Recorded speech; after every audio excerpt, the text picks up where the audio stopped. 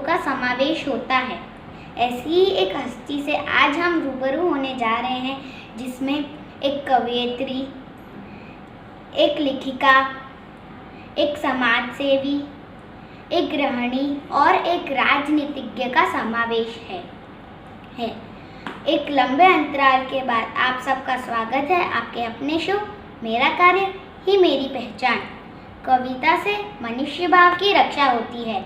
कविता मनुष्य के मनोभावों को उच्चवासित करके हमारे जीवन में एक नया जीव डाल देता है। ऐसी ही कविता का पाठ करने वाली एक कवयित्री आज हमारे साथ है, जिन्होंने कविता के माध्यम से अपनी एक विशिष्ट पहचान बनाई है। मैं सौम्या मेहता, आपकी होस्ट और आपकी दोस्त, आपके अपने शो मेरा कार्य ही मेरी पहचान मैं हार्दिक स्वागत करती हूँ पूनम जी गुजरानी का। स्वागत है पूनम जी। थैंक यू सौम्या, मुझे बहुत अच्छा लग रहा है आज तुझे देख के। और इतनी छोटी सी मेरी पहली ऐसी होस्ट है जो इतनी छोटी होगी, इतनी कम उम्र की। जैसा कि तुमने कहा कि मेरा काम ही मेरी पहचान, मुझे लगता है तुमसे बेहतर ही कोई नहीं कह सकता। इससे पहले हम पूनम जी से और ज़्यादा बातें करें, मैं आप सबको पूनम जी का संक्षिप्त में परिचय दे दूँ। 1990 में सूरत में रहने आई थी पूनम जी। उनको बचपन से ही लिखने का शौक है। आप कहानी, कविता, गीत, गज़ल, लेख आदि पर लेखन का कार्य करती हैं। आपका काव्य संग्रह मझधार 2004 में और समय क्षण भर रुक गया 2007 में गुजरात साहित्य अकेडमी द्वारा प्रकाशित किया गया। अब युवा दृष्टि, अणुव्रत, गृहलक्ष्मी, नारी स्मिता जैसी अनेक पत्र पत्रिकाओं में कहानी, कविता, गीत, गज़ल, लेख आदि का निरंतर प्रकाशन होता रहता है। राजस्थान पत्रिका में मैंने देखा स्तंभ और सवेरा इंडिया में माँ का खत बेटी के नाम स्तंभ का भी प्रकाशन हो चुका है। आकाशवाणी में कई बार कविता पाठ का वाचन और कई नेशनल चैनल पर मन संचालन या कविता पाठ का वाचन करती हैं पूनम जी। आप हिंदी साहित्य सौरभ सूरत की सहमंत्री, अखिल भारतीय कवयित्री सम्मेलन की गुजरात की प्रवक्ता, अखिल भारतीय कन्या मंडल की राष्ट्रीय संयोजिका, सूरत की शिक्षा मंत्री का भी दायित्व निभा रही हैं। आपको सूरत म्युनिसिपल कॉरपोरेशन द्वारा महिला दिवस पर सशक्त महिला के रूप में सम्मानित भी किया गया है। तो आइए जानते हैं ऐसे सशक्त महिला की सफलता की कहानी, उनकी ही जुबानी। पूनम जी, सबसे पहले आप हमें ये बताइए कि आपको कविता पाठ करने का विचार कब आया और आपको कहानी, कविता, गीत, गज़ल, लेख आदि पे लेखन का कार्य करने वाली फील्ड में जाना चाहिए, आपको ये एहसास कब हुआ? देखो सौम्या, ऐसा कुछ नहीं है कि मुझे कोई विचार आया और सडनली मैंने ऐसा डिसाइड किया कि मैं कहानी, कविता या गीत गज़ल लिखूं। मुझे लगता है मुझे बचपन से ही बहुत रुचि थी पढ़ने में। मैं बहुत सारी किताबें पढ़ा करती थी अपनी लाइब्रेरी से ला करके, और वहीं से शायद वो बीज अंकुरित हुए मेरे भीतर, जो मेरे आगे से आगे चल करके कहानी, कविता, गीत, गज़ल के रूप में प्रस्फुटित हुए। मैंने ऐसा कोई सोच विचार करके नहीं किया, जो कुछ किया सहज भाव से होता चला गया, ऐसा मेरा मानना है। तो आगे आप हमें ये बताइए कि आप ये जो गीत, गज़ल, कहानी, कविता लिखती हैं, इस फील्ड में आपका गुरु कौन है? सौम्या, ये भी कहना बहुत मुश्किल है कि मेरा गुरु कौन है, क्योंकि मेरे कई गुरु रहे हैं। जहाँ जहाँ मुझे जो कुछ जिसके भीतर दिखता रहा, मैं उनसे वो चीज़ें ग्रहण करती रही, चाहे वो वक्ता के रूप में हो, चाहे वो कविता के रूप में हो, या चाहे और किसी फील्ड में किसी भी रूप में हो। मैंने दिनकर को पढ़ा, मुझे दिनकर बहुत अच्छे लगे, तो मुझे लगता है कहीं ना कहीं वो मेरे गुरु थे। मैंने आचार्य महाप्रज्ञ को पढ़ा, मुझे लगा कि वो बहुत अच्छा अलग फील्ड में अपनी चीज़ लेकर के जा रहे हैं, मुझे वो बहुत अच्छे लगे।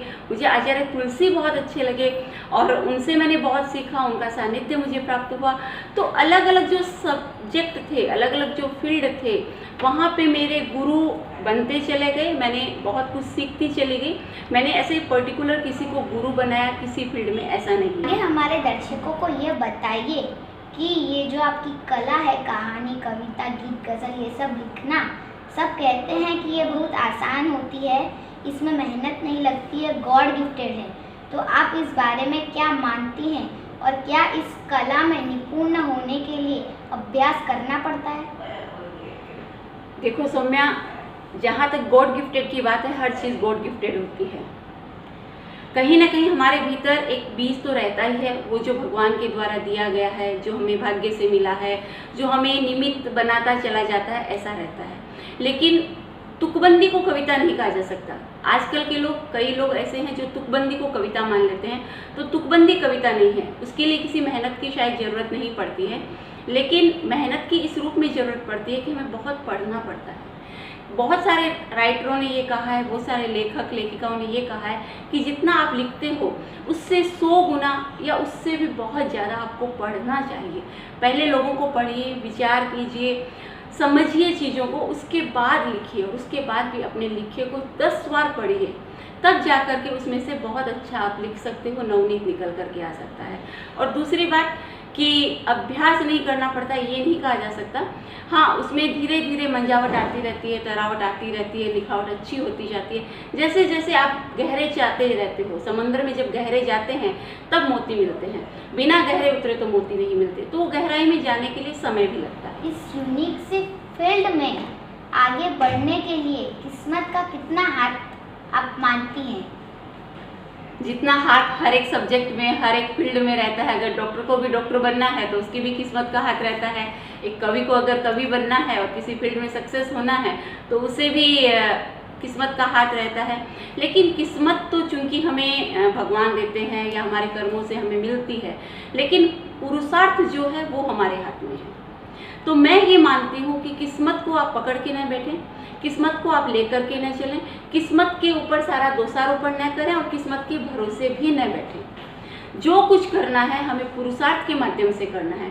प्रारब्ध में क्या लिखा है हम जानते नहीं हैं, लेकिन पुरुषार्थ करना ये हमारे हाथ में है।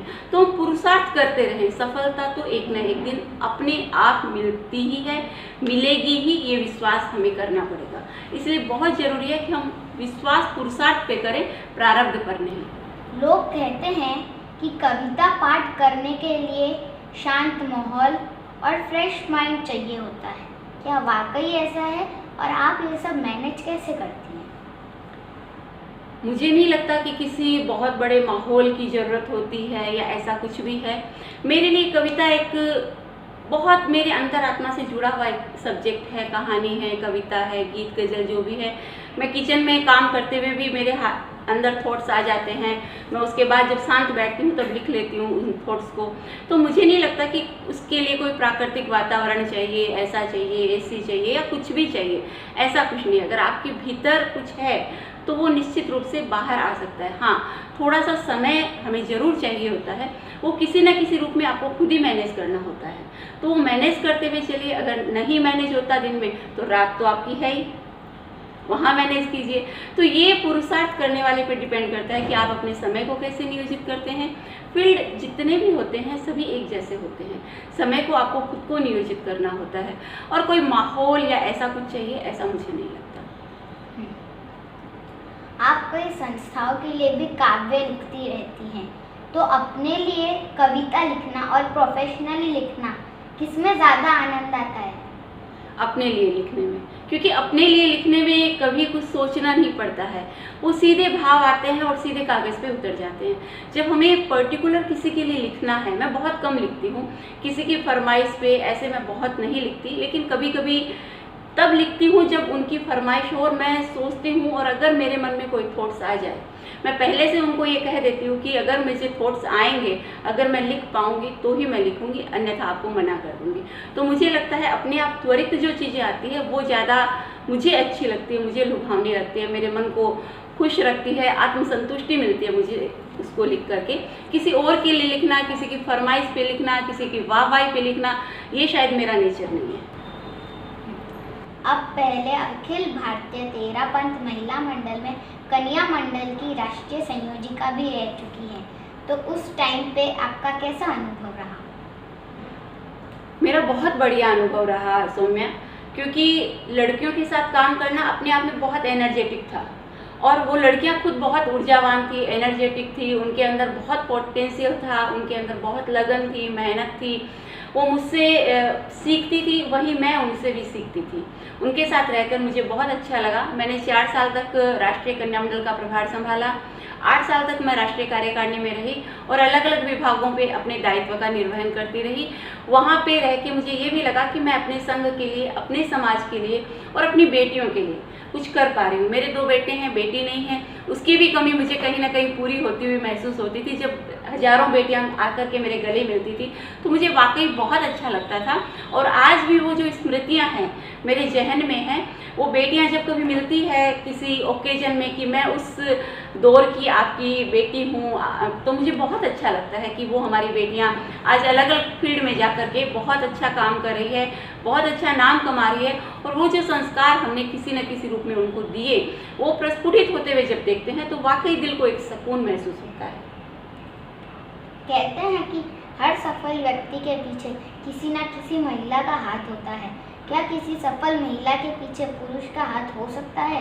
अर्थात आपकी सफलता में आपकी पारिवारिक सदस्यों का आप कितना सहयोग मानती हैं? बिल्कुल, जैसा कि कहते हैं कि हर सफल पुरुष के पीछे स्त्री का हाथ होता है, तो स्त्री के पीछे भी पुरुष का हाथ होता ही है, ये तो हम डेफिनेटली मानेंगे।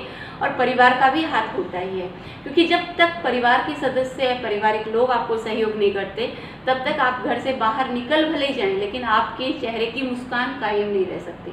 लेकिन जब आपके परिवार के सदस्य आपका सपोर्ट करते हैं तो आपसे भीतर से भी ऊर्जावान रहती है, बाहर भी ऊर्जावान रहती है। आपका जो कॉन्फिडेंस लेवल होता है वो बिल्कुल अलग होता है। आपको ये महसूस होता है कि मेरे भीतर जो कुछ भी है वो मेरे परिवार का एक हिस्सा है। मेरे बच्चों ने, मेरे पति ने, मेरे परिवार ने, मेरे मम्मी पापा ने बहुत सहयोग किया, मेरे सास ससुर ने बहुत सहयोग किया। मैं तुम्हें बताऊं कि जब मैं पीएचडी कर रही थी, मैंने शादी के बाद एमए किया, शादी के बाद मैंने पीएचडी किया, और इस दौर से जब मैं गुजर रही थी तो मेरे बच्चे अक्सर मुझे, वो स्कूल से, ट्यूशन से आते, और जब मैं उन्हें खाना देने के लिए भी उठती तो वो कहते नहीं मम्मी आप बैठो, हम खुद ले लेंगे क्योंकि आप खुद भी पढ़ाई कर रहे हो। तो मैंने कहा, जैसे मैं कहती हूँ उनको कि नहीं मैं देती हूँ, तो उनका ये कहना रहता था कि नहीं आप पढ़ लो, आप पहले इसको कंप्लीट कर लो, उसके बाद सब कुछ होता रहेगा। तो ये जो दौर था, जब मैंने शादी के 15 साल बाद अपनी स्टडी शुरू की, एमए किया, पीएचडी किया, तो डेफिनेटली परिवार का सहयोग था, पति का सहयोग था, बच्चों का सहयोग था, और पूरा एक पारिवारिक जो माहौल था वो इतना अच्छा था कि मैं रात को कितने भी बजे बाहर से आ रही हूँ, दिन में कहीं भी जा रही हूँ, कितने भी घंटे के लिए जा रही हूँ, किसी ने मेरे आगे कोई क्वेश्चन मार्क नहीं लगाया। और इसके लिए आपको भी अपना पहले बहुत कुछ देना पड़ता है। जब आप देते हैं तो निश्चित रूप से मेरा ये मानना है कि वो लौट करके आपके पास 1000 गुना होकर के आपके पास आता है। एक मेरा दोहा है कि एक बीज फल दे रहा करके गुना 1000, फिर भी पत्थर फेंकता कैसा है संसार। ये संसार तो ऐसा है कि एक फल जो बीज अंदर गया है उसका फल 1000 गुना जैसे वृक्ष करके लौटाता है, वैसे ही हर प्रकृति जब हम देना जानते हैं तो हमें वापस उसका जब मिलना शुरू होता है तो पता ही नहीं चलता कि वो कितना मिलता है। इतना मिलता है कि हम उसको बटोरते बटोरते शायद थक जाएं, लेकिन वो बटोरना खत्म नहीं होता। आपके मन की तसल्ली रहती है, आपका कॉन्फिडेंस रहता है, आपका विश्वास रहता है, और सबसे बड़ी बात आपके सर पे किसी का हाथ रहता है। जो युवक कविता लिखते हैं, आप उन्हें क्या संदेश देना चाहेंगे?